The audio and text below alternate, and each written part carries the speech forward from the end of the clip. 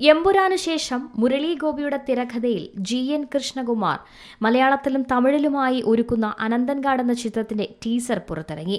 ആര്യ നായകനാകുന്ന സിനിമയിൽ മലയാളം, തമിഴ്, തെലുങ്ക്, കന്നഡ ഭാഷകളിലെ നിരവധി താരങ്ങളും അണിനിരക്കുന്നുണ്ട്.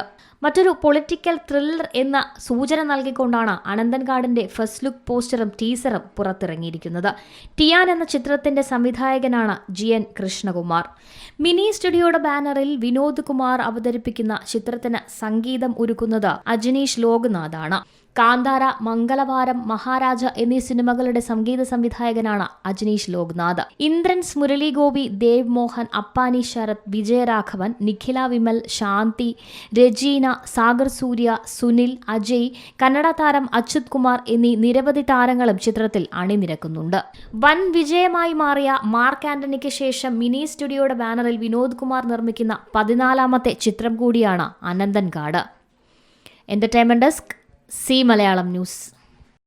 ഏറ്റവും പുതിയ വാർത്തകളും വിശേഷങ്ങളും വിരൽ തുമ്പിലറിയാൻ സി മലയാളം ന്യൂസ് എല്ലാ ഡിജിറ്റൽ പ്ലാറ്റ്ഫോമുകളിലും ലഭ്യം.